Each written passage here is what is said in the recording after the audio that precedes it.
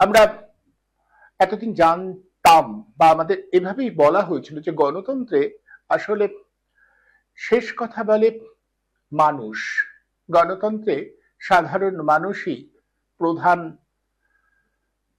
এবং তার কথা অনুযায়ী সবকিছু হয়, অর্থাৎ গণতন্ত্রের শাসক থাকে না, থাকতে পারে না, এমনটাই তো জেনে এসেছিলাম আমরা। কিন্তু বাস্তবে যা যা ঘটছে, বাস্তবে যা যা চোখের সামনে দেখছি আমরা, তার পরিপ্রেক্ষিতে বলা যায় যে গণতন্ত্রে সাধারণ মানুষই সমস্ত শক্তির আধার। এ কথা শুনলে বোধহয় অলক্ষ্যে অট্টহাস্যে মুখরিত হয় বা অট্টহাস্য করে কেউ। কারণ বাস্তবে যেটা দেখছি যে গণতন্ত্রে আসলে শাসকরাই শেষ কথা বলে, শাসকই শেষ কথা বলে। এই যেমন ধরুন এখানে হচ্ছে, এতদিন তো জানতাম যে ভোটাররা ভোট দিয়ে তাদের জনপ্রতিনিধি নির্বাচন করে, তারপরে সেই জনপ্রতিনিধিরা সাধারণ মানুষের স্বার্থে তাদের কাজ করে থাকে, অর্থাৎ সাধারণ মানুষই জনপ্রতিনিধির নিয়ন্ত্রক। এখন কি হয়েছে, উল্টো হয়ে যাচ্ছে। ভোটার কারা হবেন সেটাও শাসক নির্ধারণ করে দিচ্ছেন। গত কয়েক মাস ধরে এ রাজ্যে মাত্র 3 মাসের মধ্যে বৈধ ভোটার নির্ধারণের কাজ চলছে। শাসক নির্ধারণ করে দিচ্ছে কে ভোট দিতে পারবে আর কে পারবে না। যেটা বলা হচ্ছে লজিক্যাল অসঙ্গতি বা ডিসক্রিপেন্সি, সেই বিষয় নিয়ে বিস্তর প্রশ্ন থাকছে। আমরা বারবার সেই প্রশ্নগুলো তুলেছি, বারবার বলেছি যে এই অসঙ্গতির কারণ দেখিয়ে একেবারে প্রান্তিক মানুষ, গরিব মানুষ এবং মহিলা, বিশেষ করে সেই সব মহিলা যারা প্রান্তিক, যারা একেবারে নিম্নবিত্তের মহিলা, যাদের পদবীর পরিবর্তন হয় বিয়ের পরে, যাদের বাসস্থানের পরিবর্তন হয়, তারা খুব বিপদে পড়বে। গণতন্ত্রে শাসক যখন শেষ কথা বলে তখন সেটাকে কি গণতন্ত্র বলা যায়? আসুন এই বিষয়ের উপরে আমরা আজ আলোকপাত করি। আলোচনার জন্য এই মুহূর্তে যাদের আমন্ত্রণ জানিয়েছি, প্রথমে তাদের সঙ্গে পরিচয় করিয়ে দিই। আমার সঙ্গে ঠিক এই মুহূর্তে রয়েছেন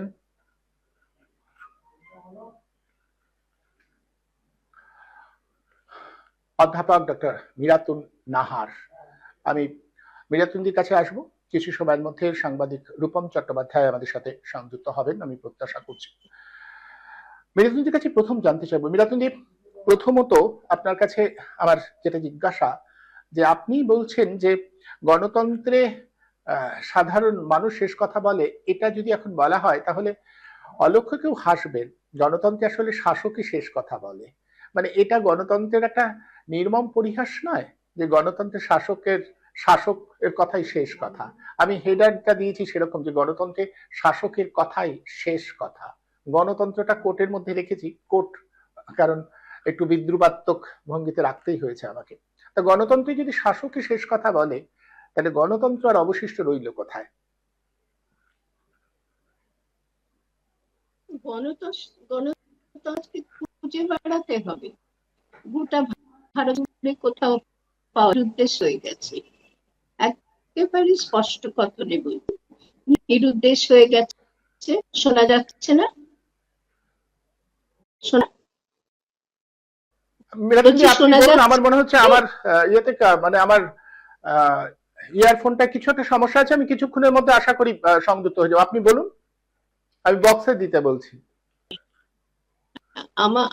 আমার কথা সেটা গণতন্ত্র নিয়ে দুর্ভাবনায় মনে হচ্ছে সাংবাদিক, তুমি বহুদিনের সাংবাদিক, একদিনের নয়, বহু অভিজ্ঞতা তোমার। মুহূর্তে গণতন্ত্রের অবস্থানটা কি, সেখানে কারা আছে, দলতন্ত্রের সাধন যারা তারা আছে, এটা খুঁজে বেড়াতে হবে, আমাদের অনুসন্ধান করার বিষয়। খুবই দুর্ভাবনার বিষয় যে গণতন্ত্রকে আমরা রক্ষা করতে পারলে এখন শুধুমাত্র আক্ষরিক অভিধানে যেরকম সবকে, ঠিক সংবিধানের মধ্যে যে আমাদের যে প্রণীত সংবিধান করেছিলেন একজন মানুষ করেছিলেন, সেই সংবিধানে যে কথা ভাবা হয়েছিল, বলা হয়েছিল, ছিল বলে মনে করা হয়েছিল, সেটা কিছুই মানা হয়নি। দীর্ঘদিন ধরে আমরা দেখছি ধীরে ধীরে ধীরে ধীরে ধীরে ধীরে বিলুপ্তির পর তো মনে হচ্ছে নিরুদ্দেশী হয়ে গেছে। তো যে শাসকের কথাই শেষ কথা, এটা কন্ট্রাডিকশন আছে, একটা আছে কথাটার মধ্যে।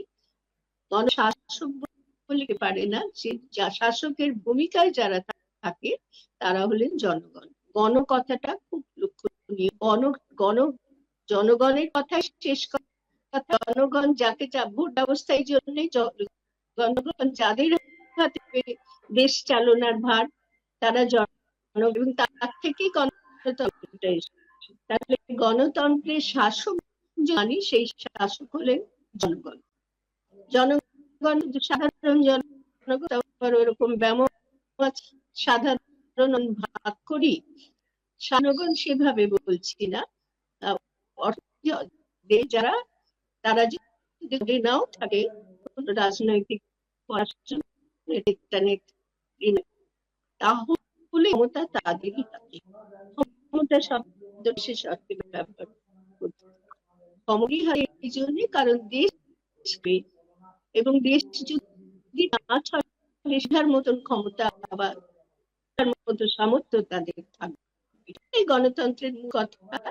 এবং বৈশিষ্ট্য, গণতন্ত্র একটা মহিমা পাওয়ার শব্দ, যে শব্দ সারা প্রতিটি মানুষ গণতন্ত্রকে গণতান্ত্রিক মতন আদর্শ করে, এবং ভারতবর্ষ তার জন্য মহিমান্বিত। ভারতবর্ষ দেশ, এই কথায় রেখে কি ব্যাপারটা তাহলে কি ঘটেছে? শাসকের কথাই শেষ কথা মানে কি? আমি আমার মতো বুঝি, তাতে সেভাবেই বুঝি। গণতন্ত্রে থাকার কথা, গণতন্ত্র নামক আদর্শে বিশ্বাস জনগণের জন্যই তাদের করা হয়। নেতা নেত্রীদের সরকারি বিভিন্ন পদে তারা নিযুক্ত হয়, এবং তা শুধুমাত্র ধ্বংসের কাজ যাবে না, কল্যাণের কাজ করবে। ভোটার তালিকা হবে, আর কাদের কি কি কাগজে প্রমাণ, বাজি কথা একদম একেবারে। আমার নামের বানান ভুল, বাড়ির যে নাম বানান ভুল, সেগুলো আমরা দেখছি। সেদিকে নানান ওই ইংরেজি ব্যবহৃত হচ্ছে, ওই লজিক্যাল হচ্ছে, এবং সেটা সংশোধন করার কোন রকম মানসিক শাসক দল বা রাজ্য শাসক দলের। অপরাধটা যেন জনগণের, অপরাধটা যেন ভোটারদের।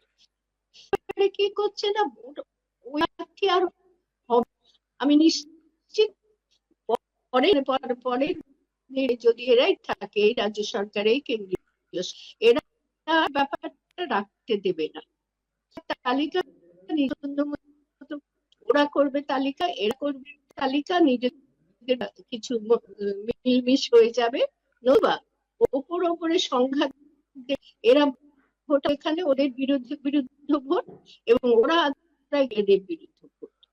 এই কারসাজিতা, আক্ষরিক অর্থে বিরোধিতার সম্পর্ক, যেটা গণতন্ত্রের স্থান, শাসক বিরোধী দল দুপক্ষ মিলেই গণতন্ত্র। কখনো হতে পারে না নিয়ে, হতেই পারে।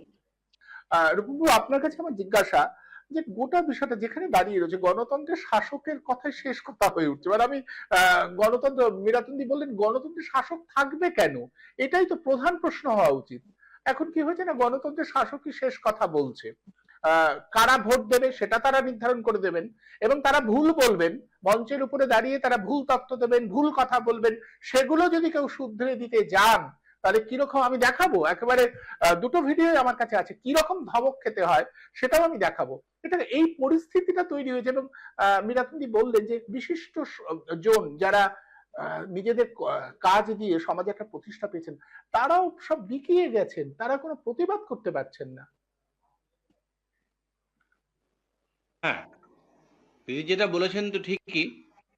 আসলে সমাজে যারা লেখক, শিল্পী, অধ্যাপক, এই যে সম্প্রদায়টি, চিকিৎসক, পেশাগতভাবে নিজের ক্ষমতায় এবং যোগ্যতায় নিজেকে প্রতিষ্ঠিত করেন এবং নিজের প্রতিষ্ঠার পথে তার কিছু মূল্যবোধ তৈরি হয়, কিছু দেখার দৃষ্টিভঙ্গিগত অনেক দৃষ্টিভঙ্গি অনেক স্বচ্ছ থাকে এবং তার একটা বিশ্লেষণধর্মী মেধা চর্চা ইত্যাদি মধ্য থেকে বিশিষ্ট স্থান তারা লাভ করেন সমাজে। এভাবেই আমরা দেখেছি মানুষ তারা বাংলা এবং পরবর্তীকালে সারা ভারতবর্ষে ছড়িয়ে পড়েছিল যারা এটা করেছেন। ছড়িয়ে আজকে যারা এই সুধা ভরত থেকে শুরু করে গৌতম নওলেখা, সুরেন্দ্র গ্যাডগিল যিনি এখনো জেলে আছেন, স্ট্যান স্বামী যাকে হত্যা করা হয়েছিল, এবং এই রনি উইলসন, এই ধরনের সমস্ত বুদ্ধিজীবী মানুষরা, হানি বাবা দিল্লি বিশ্ববিদ্যালয়ের যিনি ইংরেজি বিভাগীয় অধ্যাপক ছিলেন, এবং সেন যিনি ইংরেজি বিভাগীয় প্রধান, 4 বছর জেলে ছিলেন।